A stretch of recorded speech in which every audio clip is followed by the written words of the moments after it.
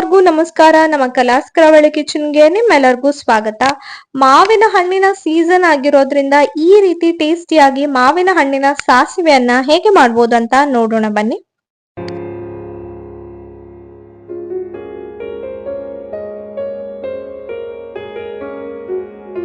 ನಾವಿಲ್ಲಿ 8 ಮಾವಿನ ಹಣ್ಣನ್ನ ತಗೊಂಡಿದೀವಿ. ನೋಡಿ, ಆಲ್ಮೋಸ್ಟ್ ಇದು ಸ್ವಲ್ಪ ಗಟ್ಟಿ ಇದೆ, ಪೂರ್ತಿಯಾಗಿ ಹಣ್ಣಾಗಿಲ್ಲ.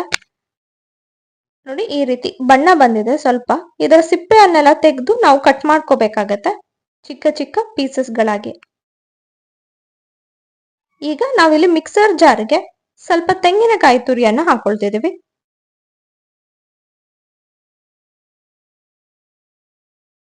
ಸ್ವಲ್ಪ ಬೆಳ್ಳುಳ್ಳಿಯನ್ನ ಹಾಕೊಳ್ತಿದೀವಿ. ಒಂದು 7 ರಿಂದ 8 ಎಸಳು ಬೆಳ್ಳುಳ್ಳಿ, 5 ರಿಂದ 6 ಒಣಮೆಣಸಿನಕಾಯಿಯನ್ನ ಹಾಕೋಬೇಕಾಗತ್ತೆ. ಸ್ವಲ್ಪ ನೀರು ಸೇರಿಸಿ ಇದನ್ನ ಗ್ರೈಂಡ್ ಮಾಡ್ಕೋಬೇಕು. ನೆಕ್ಸ್ಟ್ ಒಂದು ಪಾತ್ರೆಗೆ ಸ್ವಲ್ಪ ಎಣ್ಣೆಯನ್ನ ಹಾಕೊಳ್ತಿದೀವಿ. ಇದಕ್ಕೆ ಸಾಸಿವೆಯನ್ನ ಹಾಕೊಳ್ತಿದೀವಿ. ಸ್ವಲ್ಪ ಜೀರಿಗೆಯನ್ನ ಹಾಕೊಂಡಿದೀವಿ. ಸ್ವಲ್ಪ ಕರಿಬೇವು,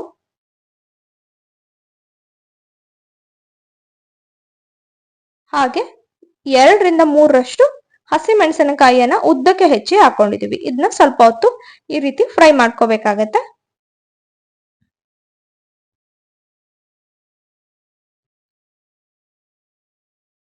ಸ್ವಲ್ಪ ಹೊತ್ತು ಫ್ರೈ ಮಾಡಿಕೊಂಡ ನಂತರ ನಾವು ಇದಕ್ಕೆ ಈರುಳ್ಳಿಯನ್ನ ಸೇರಿಸ್ಕೊಳ್ತಿದೀವಿ. ಈರುಳ್ಳಿಯನ್ನ ಬೇಕಾದ್ರೆ ನೀವು ಸ್ಕಿಪ್ ಕೂಡ ಮಾಡ್ಬೋದು. ನಾವಿಲ್ಲಿ ಈರುಳ್ಳಿಯನ್ನ ಸೇರಿಸ್ಕೊಂಡಿದೀವಿ. ಒಂದು ಚಿಕ್ಕ ಗಾತ್ರದ ಈರುಳ್ಳಿಯನ್ನ ಸೇರಿಸ್ಕೊಂಡಿದೀವಿ. ಇದನ್ನು ಕೂಡ ಸ್ವಲ್ಪ ಹೊತ್ತು ಫ್ರೈ ಮಾಡ್ಕೋಬೇಕಾಗತ್ತೆ.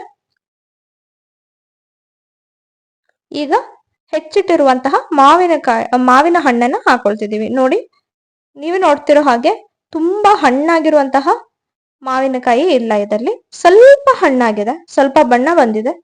ಆ ರೀತಿಯ ಮಾವಿನ ಹಣ್ಣು ತುಂಬಾ ಸೂಕ್ತವಾಗಿರುತ್ತೆ ಈ ಮಾವಿನಕಾಯಿ ಸಾಸಿವೆಗೆ. ಈ ರೀತಿ ಚೆನ್ನಾಗಿ ಮಿಕ್ಸ್ ಮಾಡ್ಕೋಬೇಕಾಗತ್ತೆ. ಸ್ವಲ್ಪ ನೀರನ್ನ ಸೇರಿಸಿ ಇನ್ನೊಂದ್ಸತಿ ಚೆನ್ನಾಗಿ ಮಿಕ್ಸ್ ಮಾಡ್ಕೊಳ್ಳಿ.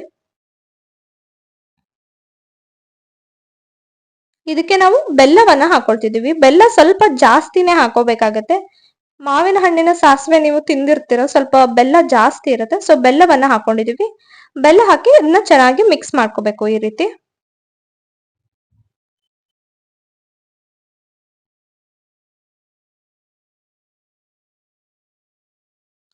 ನೋಡಿ, ಎಷ್ಟು ತಿಕ್ಕಾಗಿರೋ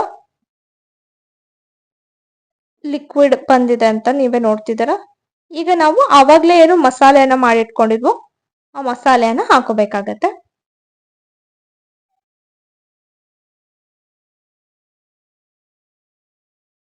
ಮಸಾಲೆಯನ್ನೆಲ್ಲ ಹಾಕಿ ಒಂದ್ಸತಿ ಚೆನ್ನಾಗಿ ಮಿಕ್ಸ್ ಮಾಡ್ಕೋಬೇಕು. ಸ್ವಲ್ಪ ನೀರೇನಿತ್ತೋ ನೀರನ್ನು ಕೂಡ ನಾವು ಸೇರಿಸ್ಕೊಂಡಿದೀವಿ. ಇದನ್ನ ಚೆನ್ನಾಗಿ ಮಿಕ್ಸ್ ಮಾಡ್ಕೋಬೇಕು.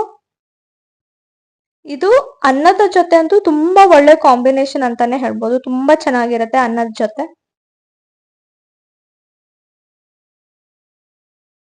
ಈಗ ರುಚಿಗೆ ತಕ್ಕಷ್ಟು ಉಪ್ಪನ್ನ ಹಾಕೊಳ್ತಿದೀವಿ. ಉಪ್ಪನ್ನ ಹಾಕಿ ಚೆನ್ನಾಗಿ ಮಿಕ್ಸ್ ಮಾಡ್ಕೋಬೇಕಾಗತ್ತೆ.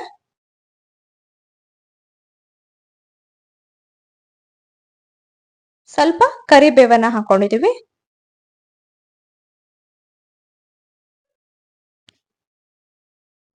ಕರಿಬೇವನ್ನ ಹಾಕಿ ಇನ್ನೊಂದ್ಸತಿ ಚೆನ್ನಾಗಿ ಮಿಕ್ಸ್ ಮಾಡ್ಕೊಳ್ತಿದೀವಿ.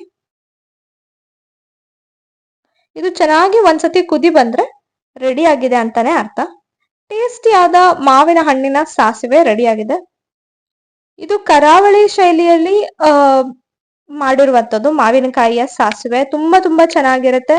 ಅನ್ನದ ಜೊತೆ ಅಂತೂ ತುಂಬಾ ಚೆನ್ನಾಗಿರುತ್ತೆ. ಅನ್ನದ ಜೊತೆ ಒಂದು ಹಪ್ಪಳ ಇಟ್ಕೊಂಡು ಈ ರೀತಿ ಮಾವಿನಕಾಯಿಯ ಸಾಸಿವೆನ ಹಾಕೊಂಡು ತಿಂತಾ ಇದ್ರೆ ತುಂಬಾ ಚೆನ್ನಾಗಿರುತ್ತೆ. ನಿಮ್ಮೆಲ್ಲರಿಗೂ ಇಷ್ಟ ಆಗಿದೆ ಅಂತ ಅನ್ಕೋತೀವಿ. Once again thanks for watching.